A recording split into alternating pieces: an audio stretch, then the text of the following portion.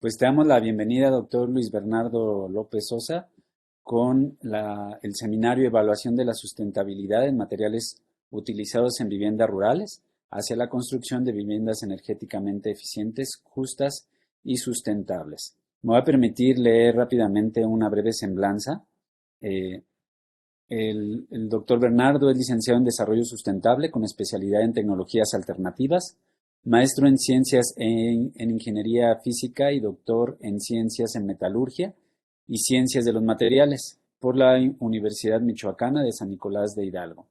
Es profesor investigador y miembro del núcleo académico básico de la maestría en ingeniería para la sostenibilidad energética del doctorado en ciencias para la sostenibilidad e interculturalidad de la Universidad Intercultural Indígena de Michoacán.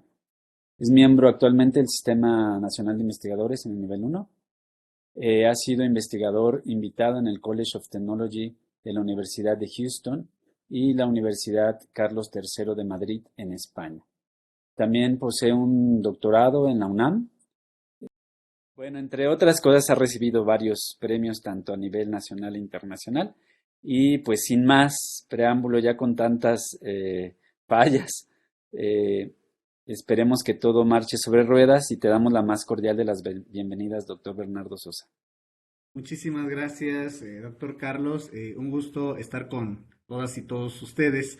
Gracias por la invitación y una disculpa porque este seminario debió haber sido presencial, pero yo tuve particularmente una confusión y al final, pues tal vez eso también originó gran parte de las fallas que hemos tenido.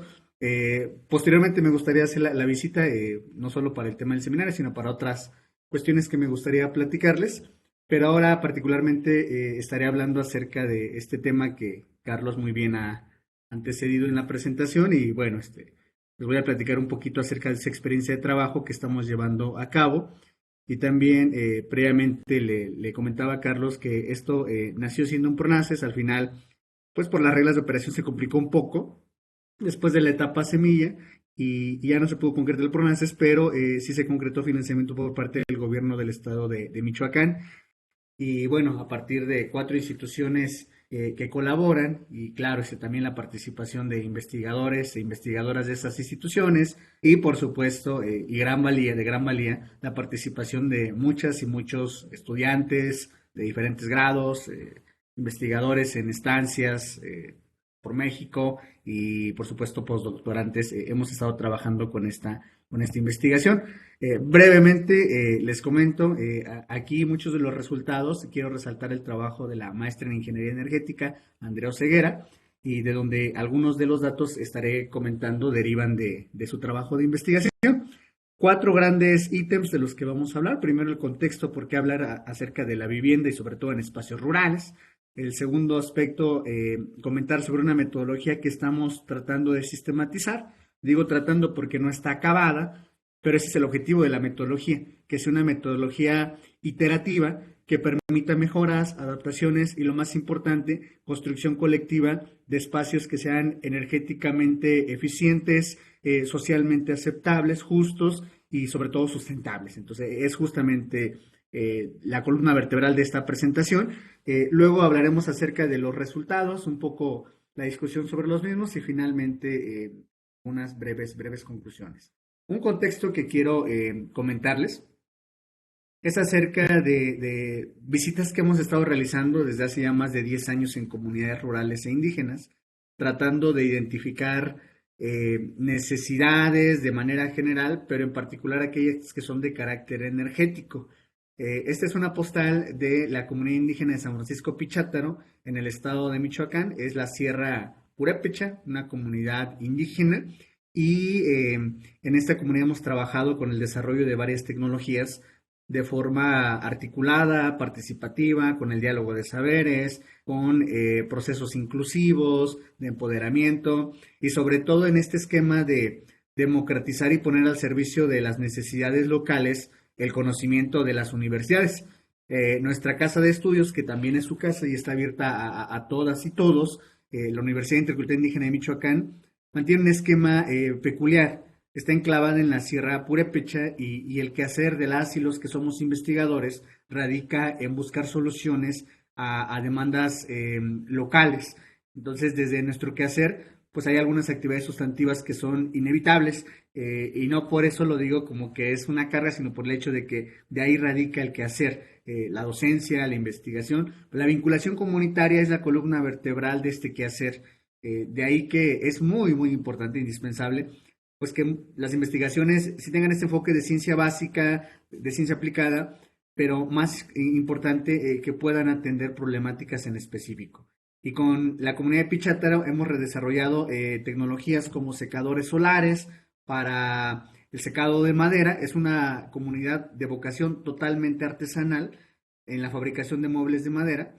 Lo que hicimos en conjunto con varios investigadores de la UNAM, de la Universidad Michoacana, de la Universidad Intercultural, es pues desarrollar conjuntamente un sistema de secado que atienda esta necesidad, y a partir de ahí nació el interés de dialogar con la comunidad y buscar otros esquemas organizativos.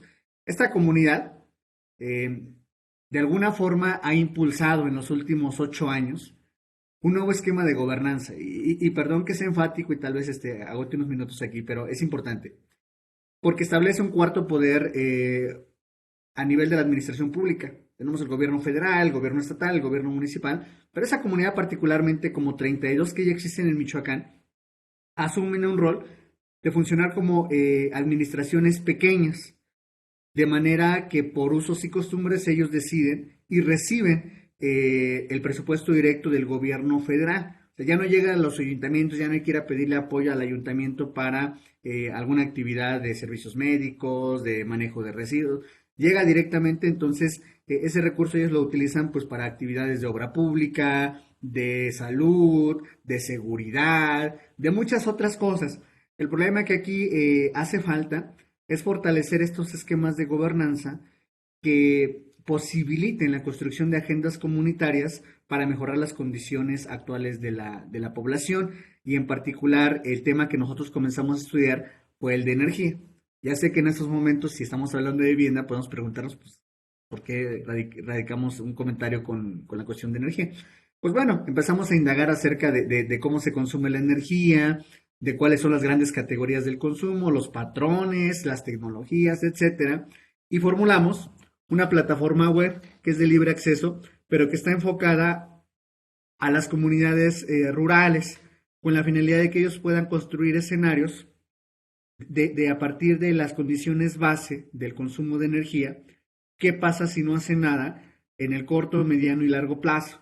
Entonces, esta plataforma da una proyección de por lo menos 30, 50 años, donde pueden ver a la tasa creciente de demanda de energía, al ritmo de crecimiento poblacional y considerando la matriz del consumo energético, qué es lo que pasa con su consumo si no se hace nada, y entonces tratar de identificar puntos críticos de análisis de interés colectivo y que permitan pues plantear propuestas. Uno en particular que llama la atención tiene que ver con la climatización de espacios, que si bien no es una necesidad identificada, sí está asociada al consumo de recursos forestales maderables, leña. Pues al consumirlo en mayor abundancia, no solo para actividades como cocción de alimentos y calentamiento de agua de uso sanitario, sino también por el hecho de que este consumo lo hace para la convivencia, pero indirectamente para la climatización de las viviendas. Es una comunidad a más de 2.500 metros de altura. El clima es de baja temperatura promedio, estamos rondando los 17, 18 grados promedio anual. Y en temporadas de por lo menos 4 meses que dura el invierno, más algunos otros con estas atipicidades climatológicas, pues es un tema preocupante. La gente, si bien no lo dice, necesito climatización y energéticamente es mi necesidad, sí se infiere a partir de análisis que es un problema. Y entonces cuando empezamos a estudiar ese problema, les quiero platicar que pues dimos con el tema de que la vivienda es una cuestión muy muy interesante, porque en ello radica también qué tan climatizada no debe ser el espacio donde ellos habitan, y qué espacio de todos, porque no es lo mismo aquel que solamente lo habitan por intervalos de tiempo de minutos, a aquel que durante toda una jornada, durante todas las horas de sueño, pues están en convivencia con el mismo. Entonces, decidimos a partir de identificar cuestiones energéticas, buscar alternativas para eficientar procesos también de carácter energético, pero a partir de la vivienda. Y es ahí donde radica la importancia del por qué pensar en la vivienda. Adicionalmente, y esto es de dominio público, pues más del 38% de la población, de acuerdo a datos de ONU Habitat, vive en espacios que pues ni son adecuados, ni son justos, ni son sustentables. Pensemos en esquemas de Infonavit, que es la entidad de administración y gestión de la vivienda en nuestro país, en México, y podemos percatarnos que justamente hay algo ahí que no es muy ad hoc a todas las necesidades de la población, más allá de los recursos económicos, ¿no? Que si pueden o no tenerlos, sino los esquemas tan definidos de modelos de vivienda que no responden a los contextos diversos de nuestro país, que no solo es heterogéneo en población, en idiomas, sino también en características climatológicas. Así que, pues ahí nació nuestra motivación por empezar a estudiar este tipo de temas que tienen que ver con la vivienda. Y además, porque hemos estado considerando una cuestión muy, muy importante antes de platicarles sobre la metodología. Existe una tendencia, con cierta cautela lo digo, que está asociada a la modernidad. Si bien es inevitable pensar en un contexto globalizado, también es cierto que actualmente en muchas de las poblaciones rurales de México, no solo es el caso de Michoacán, existe un proceso que detona cambios en la forma de vida cotidiana y es la migración. La migración que si bien es cierto las remesas contribuyen importantemente al bienestar económico de nuestro país y particularmente de muchas comunidades, también es cierto que genera cierta incidencia. Y no necesariamente tiene que ver con la migración al extranjero, incluso la migración a espacios públicos, en zonas urbanas, etcétera, que arraiga ciertas ideas de modernidad. En este sentido, esta supuesta modernidad, pues también permea los esquemas organizativos de la comunidad y las formas de vida cotidiana, de tal manera que hoy el tener una vivienda moderna es derribar aquella que tiene materiales locales, que en sí mismos son de muy bajo impacto ambiental, nulo impacto ambiental, pero que además energéticamente son muy ineficientes, porque no es lo mismo que pongas un muro de concreto con cierta conductividad térmica a que lo pongas con un material aislante que incluso tiene fibras vegetales y que además no solo por la arcilla del que está fabricado es aislante, sino además por esta porosidad que se le adhiere a partir de las fibras naturales. La modernidad me parece que está en entredicho si nosotros pensamos desde una perspectiva incluso energéticamente eficiente y totalmente sustentable, que no lo es, ¿no? Luego se piensa mucho, bueno, pues es que la madera, si la utilizan, eso no es la más sustentable. Claro, pero preguntémonos qué tan sustentable es la fabricación de cemento, ¿no? Y cuántos kilómetros de distancia tiene que recorrer para poder estar implementado en varios espacios de las viviendas y de la mayor parte de las viviendas. La industria cementera es una de las más contaminantes a nivel internacional y por supuesto que se sigue una dependencia bastante alta hacia los sistemas constructivos.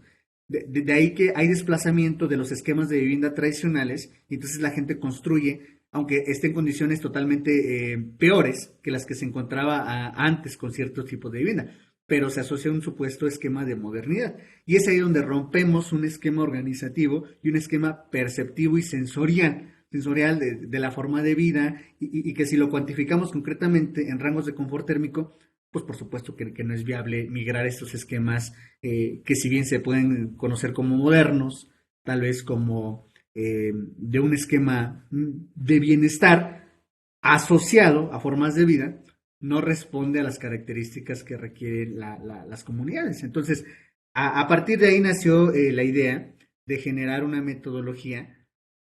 No voy a leer todo lo que está en el diagrama que tiene 4 fases, solamente sintetizarlo muy, muy brevemente. Primero, hacer un diagnóstico de los materiales que se utilizan en las viviendas para saber cuál es la saturación por cierto tipo de material para 3 tipos de categorías. ¿Qué tipos de materiales se utilizan en muros, en pisos y en techos? ¿Ok? Y a partir del conocimiento de esos materiales, también identificar dónde están esos materiales, con qué abundancia depende el total de viviendas en una población para poder identificar áreas de oportunidad y por supuesto también conocer cuáles son las configuraciones de todos los materiales, es decir, cómo son las viviendas en esta configuración de materiales. Si bien hay diversidad de viviendas, tratamos de identificar algunas configuraciones prioritarias que nos permitan plantear esquemas base de análisis para luego sugerir esquemas alternativos, pero no desde la parte académica y de forma vertical, sino de un esquema mucho más articulado, participativo, consensuado y dialogado con las personas que habitan la comunidad. Número dos, definir una métrica de sustentabilidad. Aquí elaboramos, de tiempo atrás hemos empezado a estudiar la sustentabilidad o indicadores de sustentabilidad a partir de materiales aplicados a sistemas constructivos. ¿A qué me refiero con esto? Bueno, pues vamos a establecer parámetros de análisis y esos parámetros los vamos a medir con indicadores. Indicadores que son ponderables y replicables en cualquier lugar de interés, en nuestro país o en cualquier otra parte del mundo. Entonces formulamos aquellos indicadores que se vinculen con la función del material, en este caso conductividad térmica, resistencia mecánica, resistencia acústica, etc., etcétera. ¿Okay? Y también, por otra parte, cuestiones que se vinculan al costo, costos asociados a los materiales y, por supuesto, también aquellos aspectos vinculados a la parte ambiental, el impacto ambiental de estos materiales. Y posteriormente, que se formule una métrica de evaluación de qué vamos a evaluar de esos materiales y ya sabemos cuáles son los que se utilizan, pues hacer la evaluación. Y al hacer la evaluación nosotros podemos identificar algunos aspectos importantes que permita la toma de decisiones de manera local y que al final del día el fin último es la construcción de una agenda local para gestión de la vivienda, ya sea territorialmente hablando en una comunidad o en toda una región. Es a donde pretendemos llegar, pero si se fijan hacemos un barrido desde herramientas bastante pues integradas como son la investigación, acción participativa y ponemos una detonante importante que es aspectos de ciencia básica y aplicada, que luego se ponen al servicio de la toma de decisiones de quién, a quien la queja el problema, y por supuesto esto permite crear proyecciones a corto, mediano y largo plazo de qué debemos hacer para que las cosas, si bien van generando perjuicios, primero erradiquemos o mitiguemos esos perjuicios y luego busquemos la manera de que esos perjuicios se transformen en beneficios. Es así como estamos trabajando este esquema de definición de la evaluación de la sustentabilidad. Esta es la comunidad con la que iniciamos, es la que hablaba al inicio de la introducción. Y bueno, decirles que en la primera etapa del diagnóstico, nosotros realizamos ahora estamos trabajando con más comunidades y con algunos otros proyectos. Estamos trabajando con análisis representativo del número de viviendas. Aquí se analizaron 92 viviendas a 92 familias que representan el 10% de las viviendas con un nivel de confianza del 95% y un margen de error del 15%. Bueno, esto nos permitió identificar datos de base diagnóstica a partir de dos instrumentos. El primero en CEBI, que si bien está diseñado totalmente para cuestiones energéticas, tiene una componente que se relaciona con la vivienda. Y como es una componente bastante pequeña, se generó un diagnóstico complementario que se aplicó a 42 viviendas más. En total, fueron un total de 92 viviendas las que se analizaron a partir de estos diagnósticos que consideran, por una parte, cuestiones cualitativas, pero también cuantitativas. Y bueno, más adelante voy a comentar acerca de qué mediciones se llevaron a cabo. Luego de definir la parte diagnóstica, pues definimos nuestros criterios para poder evaluar mediante indicadores de sustentabilidad estos materiales. 4 grandes parámetros: propiedades energético-funcionales, aspectos ambientales, aspectos económicos, y aquí pusimos, y este está un poquito tal vez en controversia, un parámetro social, que es lo más difícil de evaluar, la parte social. Y quienes hacemos cuestiones más técnicas seguramente sabremos que a veces es más difícil porque las variables a controlar, si es que se pueden controlar, son bastantes y algunas no están al alcance de poder ser acotadas como quisiéramos. Pero bueno, ¿cómo medimos cada uno de estos parámetros? Bueno, pues en primer lugar, para propiedades funcionales definimos a la conductividad térmica como un indicador tal vez de los más importantes, otro más que se vincula a la resistencia mecánica y teníamos un tercero que era la resistencia acústica. Esto lo hicimos en viviendas de la ciudad de Morelia y nos pareció bastante lógico. De ahí hicimos algunas publicaciones que resultaron interesantes, pero acá tuvimos que quitarlo porque, y es ahí donde de pronto es muy interesante las interrelaciones academia-comunidad, porque a veces no funciona cierta concepción como quisiéramos, ¿no? Y lo digo en el buen sentido, porque aquí ese criterio de resistencia acústica pues no aplica en la comunidad. Decimos, bueno, pues es que para que se evite tener perturbaciones con el exterior, con ruidos, con carros, etc. Y al final del día, encuestas y talleres participativos nos dijeron, no, es que la gente quiere escuchar, porque quiere escuchar las campanas, porque quiere escuchar la banda, etcétera. O sea, hay unas formas de manifestación que de pronto no entendemos y que son útiles para ellos, que necesitan tener contacto con la interacción del exterior. Entonces, finalmente, ese indicador no se incluyó, pero sí se incluyeron estos dos. Es decir, de todos los materiales que nosotros vamos a identificar que existen en las viviendas, vamos a evaluarlos para conocer cuáles funcionan mejor térmica y en términos mecánicos. ¿Okay?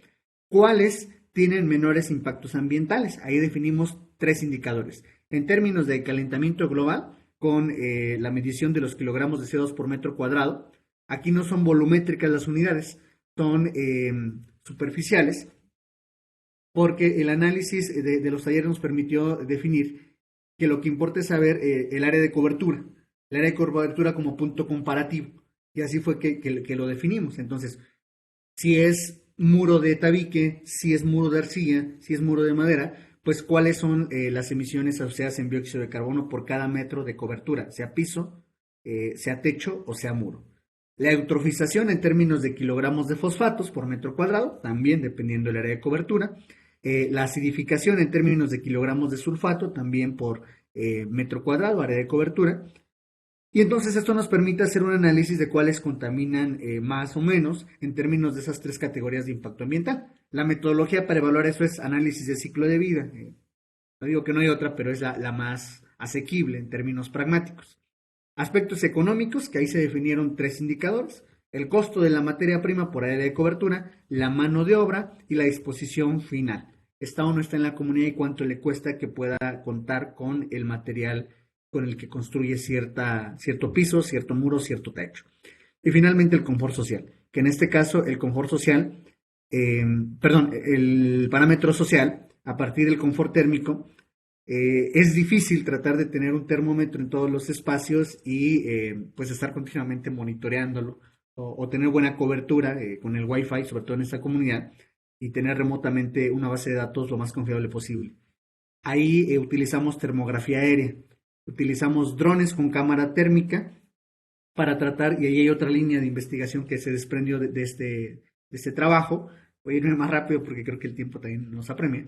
Y entonces dijimos, vamos a tratar de generar modelos que nos permitan identificar mediante un barrido de un dron termográfico cuál es la temperatura superficial de los techos de la vivienda, qué materiales son y tratar con eso de inferir las temperaturas a las que se encuentran las viviendas en el interior. No molestamos a nadie, solamente hacemos el barrio, la gente no se da cuenta, claro, contamos con el permiso de las autoridades, y entonces podemos saber qué es lo que pasa con ese tipo de viviendas en términos de la energía acumulada por absorción de irradiancia solar en los materiales de las cubiertas, de los techos.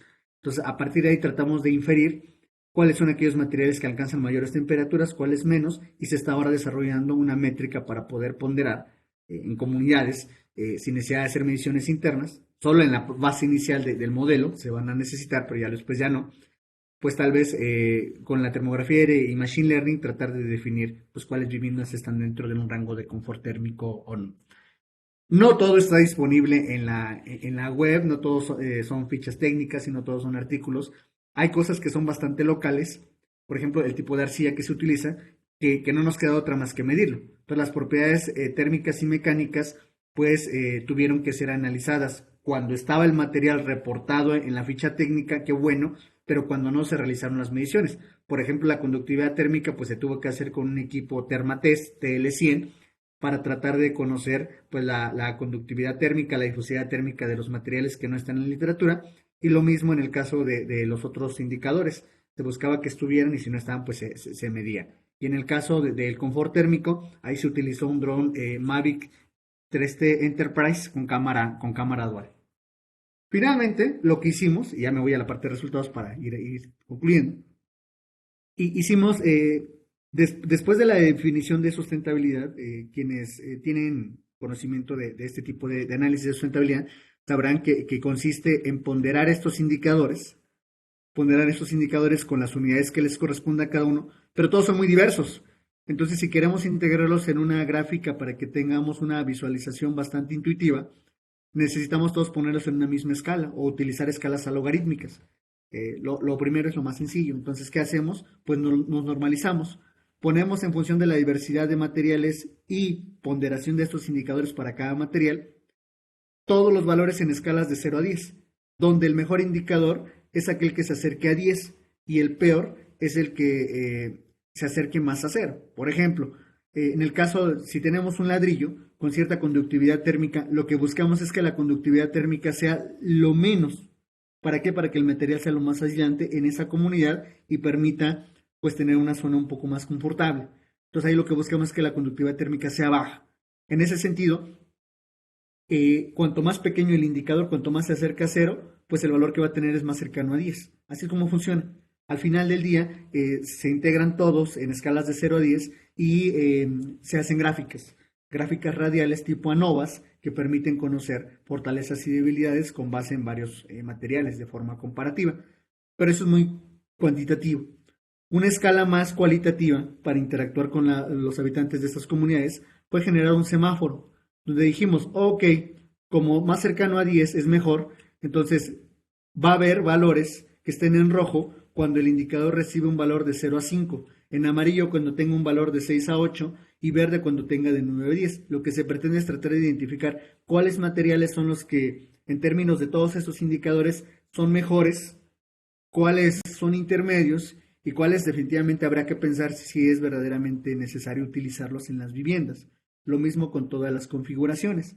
Entonces, al final del día, pudimos identificar todos los materiales que están presentes en las viviendas, en pisos, techos y muros, y conocer qué es lo que está pasando con el porcentaje de uso, cuáles se usan más, cuáles existen más en dependencia, qué relación existe entre los costos de los materiales y los ingresos per cápita mensuales, semanales, mensuales o anuales, y qué tan fácil o difícil le resulta a una persona pues acceder a un esquema de vivienda, o tal vez es imposible y entonces tiene que recurrir a esquemas de crédito como el Infonavit, pero como es una zona rural y como los esquemas de Infonavit se tasan en función de nómina, pues es imposible para un habitante de esa población. Entonces, eso nos permite ver el tema de la vivienda desde una perspectiva diversa.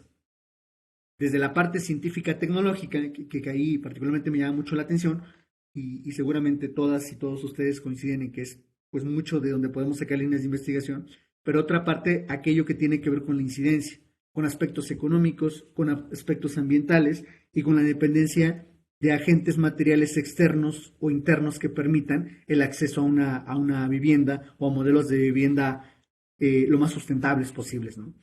No me voy a detener aquí a hablar mucho de esto, le puedo pasar con mucho gusto la presentación al doctor Carlos para que la haga extensiva. Se va a publicar un capítulo de libro sobre estos resultados y un artículo que está en trabajo, pero con mucho gusto el material que tenga lo puedo compartir y decirles que asociado a los materiales pudimos también identificar las épocas del año donde más se consume energía, no necesariamente eléctrica, energía térmica, por ejemplo, a partir de combustibles forestales o de algún otro tipo, carbón, y cuando la gente está más confortable, ¿no? Entonces en verano es cuando la gente está más confortable, de alguna forma, en primavera también, porque las temperaturas no son tan bajas. En cambio, en el invierno es cuando las personas buscan tener formas alternativas para tener climatizada su vivienda.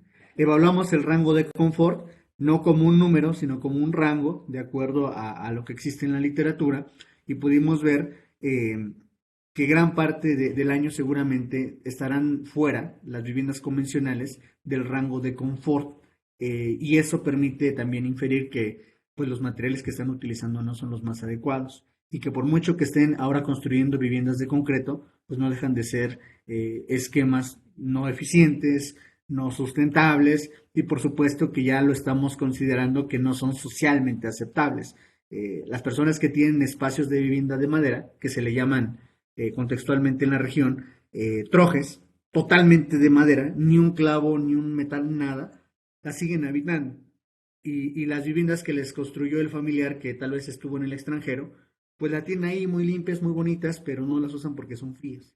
No las usan porque no se adapta a sus condiciones, no las usan porque no pueden estar descalzos, en fin, es ahí donde existe un umbral entre qué tan aplicada se vuelve la ciencia básica desde un enfoque muy per se de la ciencia básica y cuando se articula con este diálogo conjunto, pues permite saber sí desde la ciencia básica cómo podemos plantear escenarios alternativos y sobre todo proveer de herramientas bastante útiles para la toma de decisiones. Aquí están los diferentes materiales que se identificaron para cada una de las categorías de análisis y acá podemos ver las diferentes configuraciones, que muchísimas, son muchísimas configuraciones, pero las más frecuentes encontradas en la comunidad de estudio, pues son estas cinco, ¿no? Por citar algún ejemplo, por ejemplo, la combinación uno son muros de ladrillo, techo de concreto y piso de cemento, como que es el estándar moderno, fue de las que más se estuvo encontrando con presencia de manera reciente. La número 2, muros de madera, lámina de cartón, piso de tierra. Y así, diferentes tipos de configuraciones de vivienda. Insisto, son muchas, aquí solo les muestro las 5 más frecuentes que se identificaron y sobre las que se pudo hacer el análisis. Aquí están los resultados de toda la evaluación, de todos los indicadores para cada uno de los materiales y configuraciones que se estuvieron analizando y pues bueno, esto no lo voy a leer, solamente comentar que ahí están los valores y que bueno, con eso pudimos construir análisis multicriterio con los indicadores de sustentabilidad para saber qué es lo que pasa con cada una de estos materiales. En cuanto a muros, vemos ahí los diferentes tipos de materiales, el cemento, la madera, el tabique industrial, el tabique tradicional, bloque de concreto y el adobe, y cómo está en cada uno de los indicadores. Aquellos que corresponden a la parte energético-funcional, aquellos que corresponden a la parte ambiental, económica, y aquí no está lo social, porque lo social, el confort térmico, más adelante lo voy a comentar. En cuanto a pisos, 3 diferentes materiales, cemento firme, mosaicos, tierra. Ahí están fortalezas y debilidades de cada uno de ellos. Y techos, lo mismo. Losa de concreto, lámina de cartón, lámina galvanizada, lámina de asbesto, que además es cancerígena y hay que fomentar que ya no la utilicen y la siguen utilizando. Y teja de arcilla tradicional. Lo fabriqué de manera local, no en hornos industriales. Y ahí están los resultados. En cuanto a la parte sí que tiene que ver con el confort social, aquí está un extracto del reporte general de la comunidad, donde nos permite analizar los diferentes tipos de materiales que hay en las viviendas y cómo nosotros podemos hacer un análisis termográfico. Aquí está una de estas imágenes y cómo podemos identificar qué es lo que pasa con la temperatura superficial y cuáles son aquellas que están a mayor temperatura. Entonces no lo medimos internamente, sino tratamos de generar un esquema distinto que a partir de la termografía aérea nos permitan analizar. Aquí están algunas de las temperaturas de la termografía anterior que nos permite ver los diferentes valores de temperatura que existen en una época del año donde la temperatura es baja y donde además podemos ver estas 5 categorías de análisis. El que nos costó trabajo y todavía estamos tratando de perfeccionar la técnica de análisis, modificando la emisividad de la cámara termográfica y la altura del dron, es la lámina galvanizada. Es altamente reflejante y eso nos dificulta en termografía muchísimo tratar de conocer, sobre todo con un espectro tan diverso de diversos materiales. Entonces, pues bueno, estamos trabajando en ello. Voy concluyendo comentando que aquí están los resultados de todo lo que vimos en las gráficas anteriormente, pues cómo se puede considerar. Verde, cuanto más verde o totalmente verde es mejor. Verde y amarillo pues es aceptable, pero cuando tenemos puntos como el rojo, estamos hablando, eso es lo que le presentamos a las comunidades, a las autoridades comunitarias que toman decisiones y que pueden construir una agenda local de la vivienda. Hacemos recomendaciones. Cuando es muy rojo, entonces habrá que pensar, ¿no? Que qué tan bueno o malo es. Y acá en el eje X podemos ver pues los diferentes indicadores y en el eje Y los diferentes materiales para ver qué tan bueno o malo resulta uno bajo este esquema cualitativo de análisis que he comentado. Entonces, finalmente, está también la parte de los techos, está la parte de los pisos y están las 5 configuraciones. Ahí podemos ver en estos indicadores cuál configuración tiene mayores áreas de oportunidad. La troje, que comentaba que es totalmente de madera, ya es muy poco el número de personas que la utiliza como un medio de vivienda, pero eso no es sustentable, en todos los sentidos, ¿no? Incluso con un esquema de gestión adecuada del bosque, no tala inmoderada y demás, sino un esquema de gestión adecuado, pues también es ambientalmente responsable.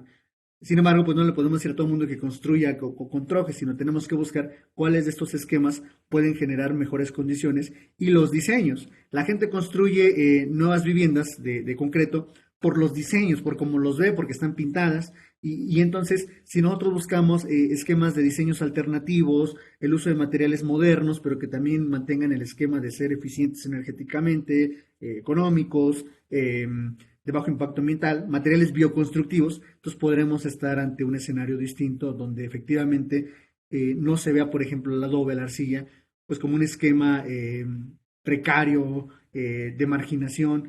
En muchas de las ciudades donde ahora se construye con adobe es un lujo. Yo pongo el referente en la ciudad de Morelia, quienes construyen con adobe, pues es la gente que tiene mayor poder adquisitivo porque es muy caro hacerlo por las condiciones de la urbanización.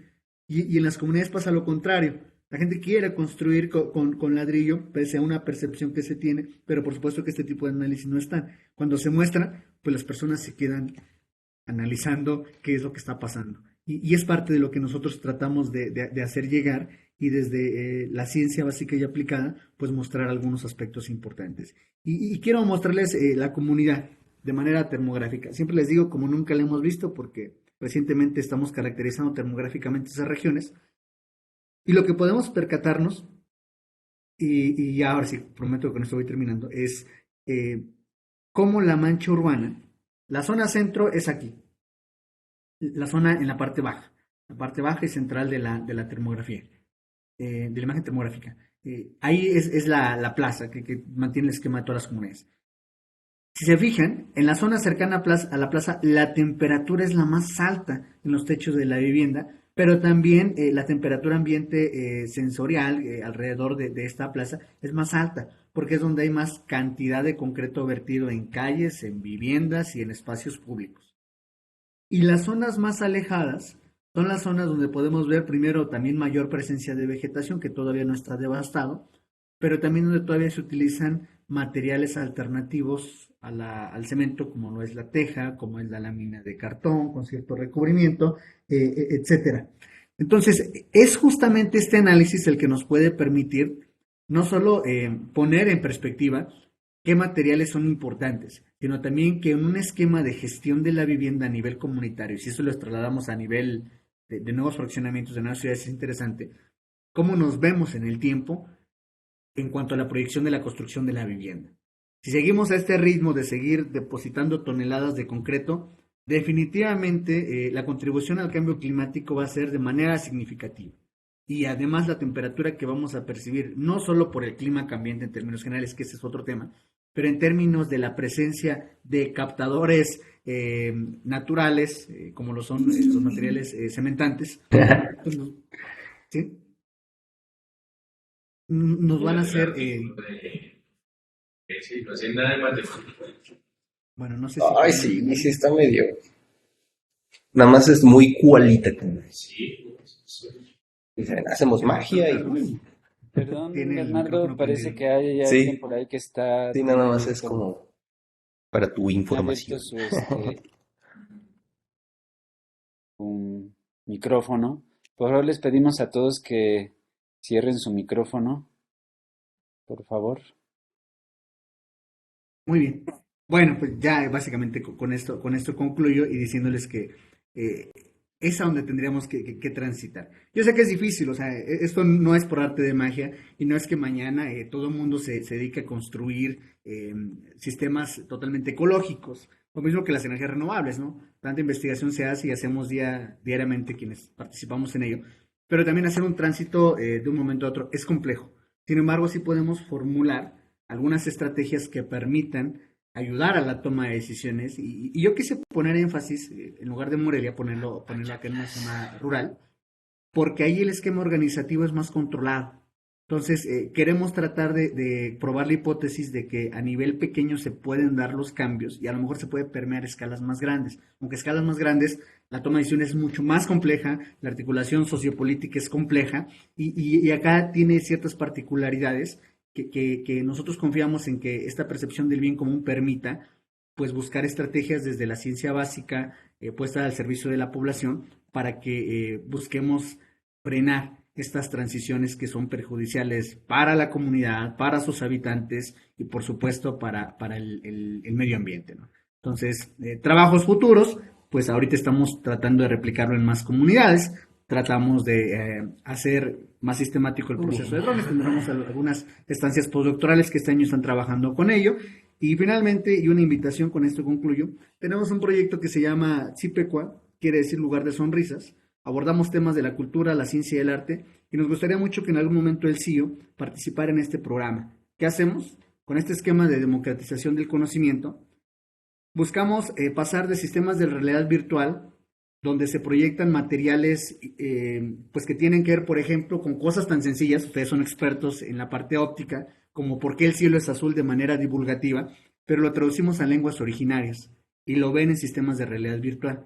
Y ahora, este año, adquirimos un domo planetario itinerante con sistemas de proyección 3D, donde lo que estamos haciendo es tratar de diseminar todo lo que hacen investigadores, especialistas, centros públicos de investigación, que podamos llevarlo a lugares donde nadie nunca va y donde es prácticamente inalcanzable para un niño de estos lugares viajar a un planetario, viajar a una zona urbana porque está a horas de distancia. Nosotros vamos, no hay problema, pero lo que buscamos es que compartamos este conocimiento de una manera muy didáctica, muy lúdica, muy divulgativa, y nosotros lo traducimos. Entonces la invitación a toda la comunidad CIO es para que sus temas de investigación, sus estancias postdoctorales, sus clases, etcétera, algo que quieran que se pudiera transmitir de forma divulgada, muy, muy sencilla, lo podemos hacer en videos cortos de 2 minutos y medio como máximo, 1 minuto, incluso para TikTok. Lo traducimos a lenguas originarias y tal vez más tarde el hablar sobre ciertas fibras ópticas, sobre perovskita, de una forma divulgativa, pues la pueden conocer las y los niños de diferentes comunidades remotas en su misma lengua, y nosotros es a lo que estamos haciendo. Pues bueno, se acabó el tiempo, muchísimas gracias por su atención y espero no haber abrumado con tanta y tanta información. Muchísimas gracias, doctor Carlos. Doctor Bernardo, pues muchísimas gracias a ti, muy interesante todo lo que están haciendo, realmente pues me llama mucho la atención esta última gráfica que presentas respecto de la población, ¿no? Esta termografía de la población, ¿no? Muchas veces nosotros, o la mayoría de las veces, nos preocupamos mucho por no generar pues gases de efecto invernadero, por ejemplo, no generar contaminantes, pero bueno, yo al menos no me imaginaba este tipo de contaminación que al final de cuentas se traduce en calentamiento atmosférico, ¿no? Entonces, es muy interesante todo este estudio que ustedes están realizando. ¿Qué tan complicado fue hacer capturar esta imagen mediante termografía? Me refiero por la capacidad de la cámara que debe de tener, por las características que debe de tener la superficie. ¿Cómo fue que la configuraron? ¿Qué tan cercano es a la realidad esa imagen, Bernardo? Sí, bueno, ese es uno de los retos más importantes, porque tenemos que jugar con altas y bajas alturas. En este caso me estoy refiriendo a alturas 20 metros y a 100 metros.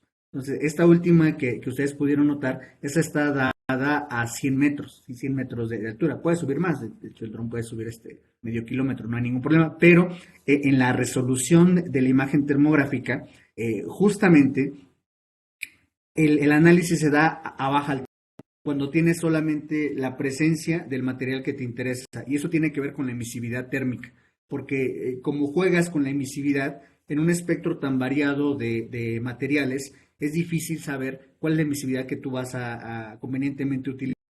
Entonces, a bajas alturas es cuando puedes ver como si tuvieras pues un cuerpo negro, y entonces ahí le tomas la imagen termográfica. Esa es la complicación. Y lo otro es con materiales reflejantes. Entre más reflejantes los materiales, porque estamos hablando no de un cuerpo en laboratorio, y es ahí donde se complica el análisis, sino tenemos un cuerpo, en este caso un techo, que está interactuando no solo con la irradiación solar, sino con la reflexión de toda la superficie circundante. O sea, no es una casa en medio de la nada. Si así lo fuera, estaría genial y es muy rápido hacer el estudio. Pero cuando estás en manzanas, donde están rodeadas de diferentes tipos de materiales, esas son las partes más complicadas de poder analizar. Y en el caso de la lámina galvanizada es la más complicada. Nosotros seguimos ahí probando porque los resultados que hemos obtenido no son nada confiables. El margen de error que podemos corroborar entre el termómetro versus el dron ronda más o menos el 10% hasta este momento que se elaboró la presentación. La tarea que tenemos en ese sentido es, por una parte, buscar alternativas para que podamos identificar todo el espectro de materiales que haya en este tipo de viviendas y en segundo lugar, la validación de un modelo termográfico para tratar de inferir la temperatura al interior de los espacios con mayor habitabilidad cada día. Muy bien, ¿no? Pues un reto bastante importante. Tenemos tiempo para algunas preguntas. Recuerden que ustedes pueden abrir el micrófono y hacerlas personalmente o pueden escribirlas en el chat y yo con gusto las leo. Voy a aprovechar para leer un comentario de la doctora Amalia. Dice la doctora, gracias por la conferencia, muy interesante. Me pareció ver que tener piso de tierra es muy recomendable. ¿Qué pasa con la higiene, sobre todo para los niños que empiezan a aprender a caminar, sobre todo cuando gatean, por ejemplo? Sí, eso es muy interesante. Lo curioso del contexto es que en el caso de los niños, cuando empiezan a caminar, usualmente la convivencia con la tierra, no digo que definitivamente no tiene ciertos perjuicios, los tiene, esto es claro, pero en el caso particular de la interacción, o sea, no nos encontramos con presencia de ciertos materiales que puedan ser dañinos, que se contaminen, porque les quiero dar un dato particular de esta población. Cuando estuvimos haciendo los análisis de diagnóstico energético, a nosotros nos llamaba mucho la atención que no tuvieran refrigeradores. Mucho tiene que ver, obviamente, por la temperatura, pero la otra cuestión con la generación de residuos. La generación de residuos es baja porque la gente come y vive al día. No tienen la necesidad de preservar alimentos como usualmente lo hacemos muchos de nosotros, que guardamos y lo comemos pasado mañana o mañana. O sea, no, es básicamente lo que se prepara se acaba. Y esto lo comento en relación al comentario de la doctora porque eh, no hay tantos residuos de ciertas características que nosotros pudiéramos considerar que están constantemente también contaminando el suelo, ¿no? Entonces, interactúan y que además generen la presencia de, pues, ser perjudiciales para la salud. Hasta el día de hoy, pues, la gente en esos casos no es tanta, o sea, no estamos hablando de un 20-30%, estamos hablando de 10, menos del 10%, pero no hemos identificado como tal una problemática en relación a la interacción con los niños. Muy bien, muchas gracias, doctor Bernardo. Yo tengo un par de dudas aparte, dice la doctora Amalia, muchas gracias. Este, con respecto de, me imagino que trabajar en comunidades rurales no es nada fácil, ¿no? Bueno, una pregunta es a qué problemáticas se enfrentan, al abordar, por ejemplo, pues tienes que entrar a sus hogares, ¿no? Y es pues el hogar pues para todos es digamos aún en la ciudad pues un hogar digamos un tanto santo, ¿no? Entonces y me imagino que en las comunidades rurales es muy semejante. ¿A qué problemáticas se han enfrentado para llevar a cabo estos estudios? Y por el contrario, ¿qué tanta resistencia ves de implementar este tipo de materiales, por ejemplo, en la ciudad? Digo, las imágenes y los datos son evidentes, pero para implementarlo en la ciudad, cuál es la resistencia de implementarlo? Por favor. Gracias. Sí, pues son preguntas muy interesantes. La primera, nosotros como permeamos y llegamos hasta la posibilidad de que nos abran la puerta de las casas, las personas, lo hacemos a partir del involucramiento con gente de la misma comunidad. No es como que yo hoy Bernardo llega y voy a X comunidad que no conozco y pues ya mañana me abren la puerta porque, como lo dijo el doctor Carlos, es muy complicado, muy complicado. Pero, y luego, bueno, se avecinan procesos electorales que luego vician vician mucho la interacción con pues la comunidad también investigativa. Lo vician porque pues mucha gente piensa que por el hecho de que vas a visitar o hacer una encuesta le tienes que dar algo. Se vuelve un esquema bastante paternalista y hasta cierto punto asistencial que ya se queda en muchas familias arraigado y que para quienes tratamos de hacer incidencia social desde la investigación, pues nos ha complicado muchísimo. En ese sentido, el involucrar a gente de la comunidad que tiene ciertos estudios, que son nuestros estudiantes, por ejemplo, así como el CIO, nosotros también tenemos algunos posgrados con ACID, del Sistema Nacional de Posgrados, y la peculiaridad es que es gente de las comunidades donde está la universidad. Entonces, con ellos existe una posibilidad de tener mayor cercanía entre las autoridades y entre las familias de donde queremos hacer ciertas investigaciones. Para nosotros esa es la clave, el que gente de la misma población nos ayude a ingresar a las comunidades y poder visitar ciertas familias gracias a su apoyo. Y en el otro sentido, eh, empezamos a trabajar el estudio sobre vivienda precisamente en zonas urbanas, evaluando aquellas que son con características de materiales de bajo impacto ambiental y aquellas otras de interés social, las de Infonavit. Y bueno, obtuvimos algunos datos bastante interesantes. El reto ahí que hemos encontrado es el tema de la administración pública, no que la administración es un problema, sino la interacción, que en la comunidad platicamos en conjunto y les decimos qué es lo que vamos a hacer, y a veces en la administración pública más urbana hay que hacer cita con persona tal, con tiempo tal, y no siempre están en la mejor disposición de que pues hagamos investigación. La primera pregunta es ¿para qué va a servir? Y lo siguiente es, sí se puede hacer, es más complejo porque la validación estadística también lo es, son muchísimas viviendas. Tenemos un fraccionamiento en Morelia que tiene cerca de 60,000 habitantes, es básicamente otra ciudad dentro de la misma ciudad. Y ahí hemos querido empezar a trabajar. Eh, por lo que ya no lo hemos hecho, también implica una cuestión, y que es la segunda por la que yo también veo que es a veces un poquito complejo, no imposible, complejo, el tema de seguridad. El tema de seguridad que como ustedes saben, pues todo nuestro país tiene ciertas particularidades, pero también el hecho de volar un dron sin ciertas eh, venias no es lo más recomendable. Y en zonas también remotas, es curioso que la gente no es el primer dron que ve. Ya ha visto muchos drones y es por ver razones que tienen que ver por cuestiones de seguridad, delincuencia, etcétera. Entonces, ahí finalmente no tenemos complicaciones en volar drones a baja o alta altura, pero en zonas urbanas también, por la cuestión a veces también el crimen organizado, no siempre es tan sencillo trabajar. Pero sí lo podemos hacer a nivel, digamos que en la escala espacial que vamos a trabajar complicado, salvo el tema de los recursos, pero sí se podría hacer articulando la gestión con la administración pública y, por supuesto, buscando tener incidencia en zonas urbanas donde el crimen organizado haya más seguridad y que nos permita pues hacer este tipo de análisis. Muy bien.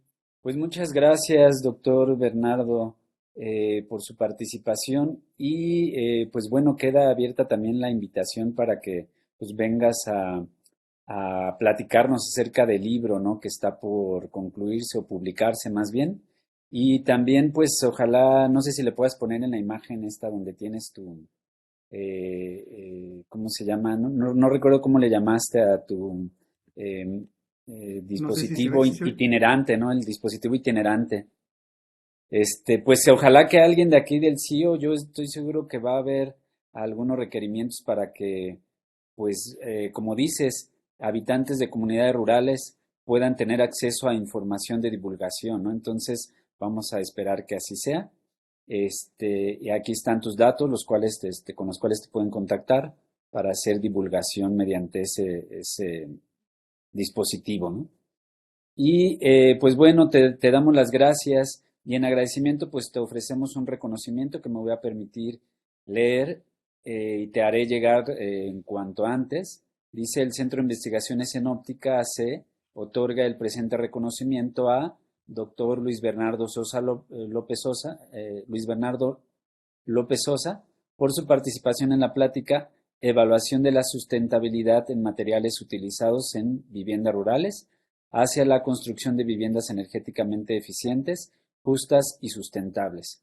Lo firma el doctor Alejandro Martínez Ríos, director de investigación, y en nombre de toda la comunidad del CIO te damos las gracias por tu valiosa participación. Muchísimas gracias, Carlos. Un gusto compartir siempre que lo consideren con todas y todos ustedes y ojalá muy pronto estemos por allá en el CIO compartiendo y si alguien está interesado en esto de la divulgación,